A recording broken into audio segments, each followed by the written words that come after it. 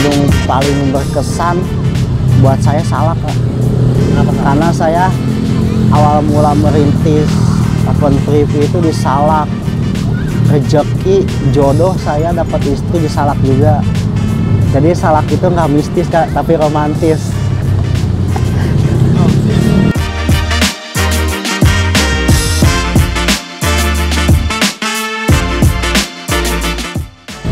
Assalamualaikum warahmatullahi wabarakatuh. Perkenalkan, nama saya Reja Pauji, owner dari SPI, Sahabat Pendaki Indonesia. Open trip bisa dibilang destinasi wisata ini. Kita saat ini lebih fokus ke gunung, tapi kita ke gunung juga berfokus ke tektok one day trip, jadi pendakian satu hari. Dulu sempat camp maksudnya, jadi tapi sekarang kita ke tektok. Dari ke tektok itu 2020-an kita mulai rutin ke tektok Pulau Jawa saat ini mainannya. Untuk di daerah luar mungkin kita belum. Jadi saya membangun SP itu di tahun 2019. Berawal sih tadinya saya kerja di pabrik. Maksudnya di pabrik dulu itu saya kerja itu bukan karyawan ya, tapi outsourcing. Nah, dari kerja di pabrik itu saya itu hobi olahraga. Dari olahraga itu saya kan karate. Dari karate dan satu saya kerja di pabrik. Maksudnya pulang kerja itu saya di rumah, tidak ada aktivitas olahraga sama sekali. Nah, dari situ tuh saya nyoba-nyoba pendakian gunung.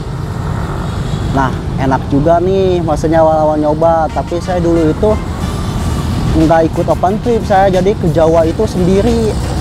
Habis pulang kerja saya langsung ke Jawa Tengah naik bis, jadi istilah katanya itu backpackeran. Saya ke Jawa Tengah, di sana itu sok kenal, sudah tahu Medan ini itu, saya barulah bikin open trip. Di waktu sih itu masalah, di waktu anak pabrik pengen main tapi di waktu yang singkat. Jadi saya itu makanya diriin one day trip tektok itu karena itu saya karena kerja di pabrik. Saya awal mulanya itu pulang kerja langsung ke base camp, malam paginya itu kita tektok.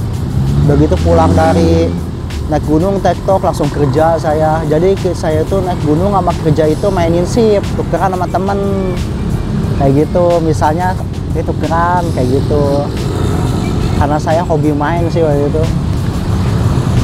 Kalau apes ada itu saya pura sakit. Sakit itu saya pura-pura sakit, ya ampun, itu saking awal-awal merintis saya kan. Kan kalau open trip itu kita juga kan harus perluas relasi ya kayak. Tapi alhamdulillah kesini saya kerja waktu juga sama teman tukuran pas. Naik gunung juga saya merintis juga perlahan-perlahan. Gitu. Kalau pemasukan itu bisa, kalau buat 4 gunung 5 gunung kayak kita bahas ininya aja bisa 6-7 lah. 6 juta 7 juta seminggu. Awalnya itu saya tuker shift mulu, capek. Udah gitu kan salah satu itu kita harus milih ngelanjutin usaha merintis atau kita berada di zona nyaman dunia pabrik. Kalau saya berada zona nyaman dunia pabrik, emang gaji itu tiap bulan itu jelas. Kalau di open trip itu kan nggak jelas ya, tapi sekali untung lah bisa ngelebihin gaji pabrik. Di situ saya mikir-mikir lagi, saya harus berani nih keluar dari zona nyaman. Karena kalau di pabrik itu kan mumpung saya masih muda juga, tekanan dari atasan. Nah disitulah saya berani keluarlah dari zona nyaman. Enggak sih, kalau dunia pabrik itu ada kangennya juga sih, momen sama teman-teman. Di sana itu nggak ada kata, menurut saya pribadi ya, kalau di pabrik saya dulu kerja itu nggak ada kata senior dan junior. Keluarganya dapet sih itu, bercandanya semua. Mungkin sekali 2 kali mah kalau kesel mah wajar ya, namanya juga manusia. Tapi Di situ sih kangennya bercandanya sama teman-teman sih. Nah, berarti abang nggak nyesal untuk pindah dari pabrik ke... Kalau nyesal sih enggak sih, demi Allah enggak. Apa? Ya karena saya keluar dari zona nyaman, saya alhamdulillah berkembang usaha open trip saya ini. Kalau saya masih di dunia pabrik ya, saya belum tentu berkembang. Gitu aja sih. Jadi lebih fokus. Lebih fokus, nah ya itu sih. Jadi kita emang harus fokus ke salah satu, saya harus berani. Untuk kesulitannya sih banyak, dari transportasi, udah gitu saya waktu itu punya kru tidak amanah, tidak ada peserta sangat susah sekali waktu itu dulu itu. Jadi pesertanya itu dulu yang ikut itu aja, maksudnya 5 orang itu. Lama kelamaan saya mulut ke mulut, alhamdulillah sih bertambah peserta. Mungkin untuk saat ini kita aktif di bidang sosial media di Instagram dan di TikTok. Nah, untuk kelebihan dari trip saya itu, rundownnya itu, itinerary-nya itu, kita itu tidak hanya sebatas gambaran. Jadi di situ itu benar-benar digunakan di lapangan. Dari keberangkatan penjemputan, dan misalnya start pendakian itu kita benar-benar sesuai dengan itinerary yang di lapangan. Untuk kelebihannya mungkin kita kalau misalnya kuota pool itu misalnya 19, mungkin kalau peserta aja sih 17. Jadi TL itu tim lapangan panitia itu 2 di mobil jadi 19. Kita itu menggunakan dokumentasi, ada foto di situ, jadi ada foto buat peserta, jadi candid lah. Mungkin itu kelebihannya sih. Kalau saya kan dominan ke TikTok ya, yang one day trip yang sehari. Mungkin kalau sekarang masih udah banyak yang TikTok juga, tapi saya pede bikin trip TikTok one day trip ini karena saya punya basic karate. Udah gitu saya sebelum pendakian itu kita ada stretching, pemanasan, briefing jelas. Dan misalnya peserta ada 6 pun, kita panitia ada 2, ada leader dan sweeper. Kalau orang lain itu kan biasanya kalau peserta 6 itu panitianya 1. Nah, mungkin kelebihan saya tuh di situ mungkin. Untuk logistik kan kalau TikTok itu nggak terlalu banyak ya. Paling untuk logistik itu yang disediakan dari kita itu makan 1 kali dan air mineral kan 2. Kalau untuk logistik makan berarti itu kita itu udah kerjasama sama pihak base camp. Jadi makan itu di base camp udah disediakan sama pihak base camp juga. Jadi kan kita itu setelah trip itu kita biasanya ada tukar-tukar ini apa namanya, nama-nama IG di grup itu. Jadi kalau selesai itu yang ada mention ke SPI itu, maksudnya ada kepuasan sendiri buat trip juga. Udah gitu dia lanjut lagi, balik lagi ke SPI. Mungkin itu. Jadi misalnya masukan dari peserta itu kita tampung.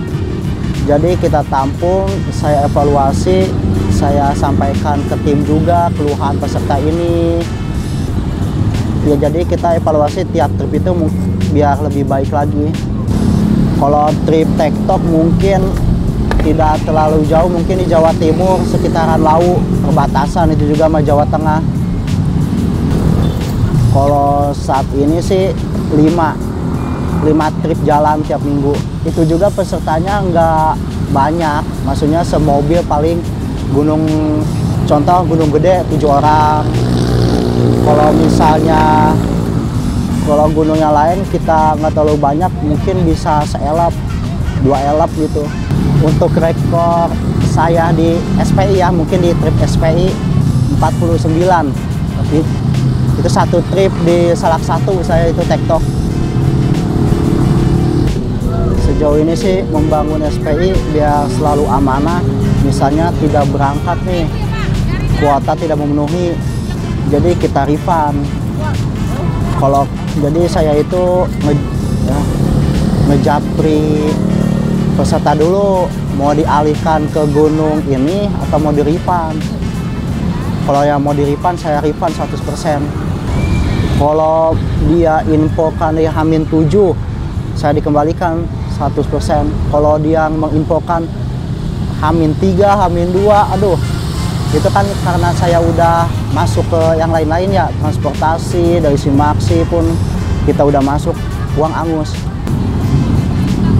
Trip waktu itu paling kacau pas SPI masih zaman camp, Kak. Oh, itu kacau sih, parah.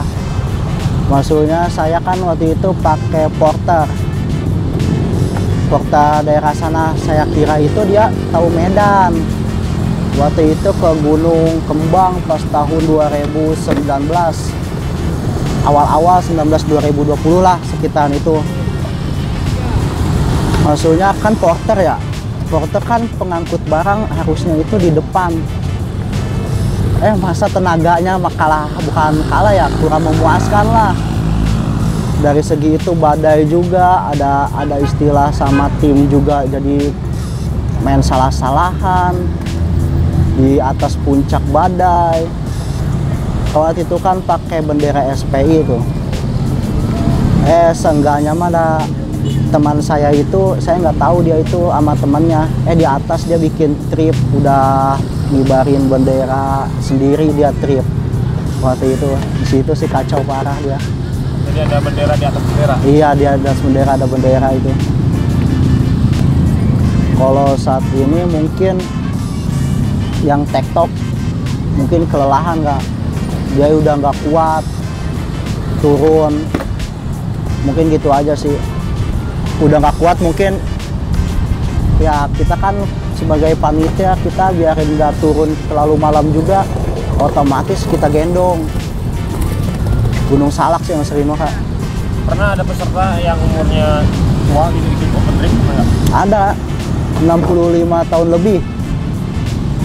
Ada itu masih gagah itu. Ada yang 65 lebih yang sering olahraga, emang enggak kan bisa kelihatan ya. Walaupun dia udah faktor 65 tahun tapi sering olahraga rutin, ya bisa kelihatan lah maksudnya dari situ juga. Kesulitan ditipu juga pernah saya, Kak. Saya waktu kita ditipu 7 juta lebih. Jadi kejadiannya itu saya pas zaman camp sih ya. Long weekend itu, pas momen long weekend. Long weekend itu emang kalau transportasi itu emang susah banget, Kak. Jadi saya ngebooking mobil. Jadi saya waktu long weekend pasti saya tahu itu momen macet.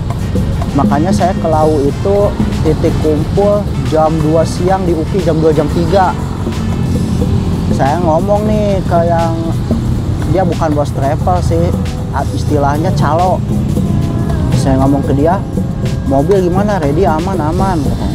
Pas saya udah di UKI, saya WA supirnya, ini mobilnya masih di Jawa Tengah, Semarang. Bayangin itu saya jam 2, peserta jam 3 semua udah kumpul. Ya pas itu mobil di Semarang. Ya kan kita langsung panik kan, kepikiran, udah saya telepon aja tuh yang calonya itu, saya cecek terus ini gimana. Dia nggak tahu menau, kayak lepas tangan kayak gitu kan. Uang di situ saya udah masuk hampir 100%, dibilang 70%. Saya di situ gimana, ini kondisi peserta terbengkalai kan di UKI. Di situ tuh bukan trip saya doang, trip yang lain juga memang banyak terbengkalai karena ditipu mungkin ya sama kayak saya. Nah udah gitu, yang calonnya itu ngusahain nyari mobil katanya. Dia ngomongnya ada mobil nih, gimana mau nggak, tapi harga sekian. Itu kalau hitungan trip Lau itu sangat mahal sih. Masa Lau udah gitu saya udah bayar, dia bayar lagi saya 2 kali lipat. Sama saya diyain aja, daripada nama saya trip jelek kan di SPI. Saya berangkatin, tahunya saya uang udah masuk lagi nih, Kak. Mobil datangnya jam berapa? Jam 12 malam. Jam 12 malam situ. Nah udah gitu kita berangkat, nyampe sana itu kita sekitar jam 11 jam 12 siang. jam 12 siang. Cerita singkat, saya udah pendakian, saya pulang, ternyata mobil itu belum dilunasin. Di situ aduh kacau parah, itu saya nobok parah sih itu. Udah gitu saya minta pertanggungjawaban, yang calonnya itu ngomong dia juga ditipu di Rinjani, alasan. Di situ kan jadi momen pulang itu istilahnya itu ngaret ya, karena nggak ada pelunasan. Saya juga bingung duit dari mana, bukannya untung malah buntung di situ kan. Udah gitu supirnya agak baik sih, maksudnya jalan biasa, jalan tapi sambil nunggu pelunasan. Di situ tuh yang calonnya itu ngasih duit waktu itu, nambahin lagi ke saya 500 atau 800 itu. Sisanya sama saya sih di situ. Itu kacau sih. Berarti itu paling pahit ya selama Anda menjalani operasi? Kalau selama pahit sama transportasi itu kejadian 2021 saya jatuh bangun. Jadi saya di situ udah jatuh bangkit lagi, tapi alhamdulillah saat ini SPI kalau istilah untuk menipu peserta mah alhamdulillah nggak ada kak. Malah saya ditipu pula travel zaman itu tuh. Kalau gunung paling berkesan buat saya Salak kak. Kenapa? Karena saya awal mula merintis open trip itu di Salak. Rezeki jodoh saya dapat istri di Salak juga. Jadi Salak itu nggak mistis kak, tapi romantis. Kalau untuk camp pasti ke modal. Kan ada juga sih yang enggak, mereka itu paling kalau yang nggak bermodal itu nyawa di rental. Tapi bagusnya sih kita tuh harus punya tenda pribadi. Kayak gitu ya. Kalau tektok itu nggak ribet sih kak, nggak ada modal sih saya. Untuk para pemula, maksudnya tetap semangat, harus konsisten. Kalau jatuh bangkit lagi, jangan takut. Selagi kita benar mah kan sekarang banyak OT yang ibaratnya bisa disebut abal-abal juga, banyak penipuan kan. Maksudnya jangan ikut-ikutan, tetap aja kita pelan-pelan pasti aja gitu. Saya Reja Pauji dari owner SPI. Terima kasih, sampai jumpa.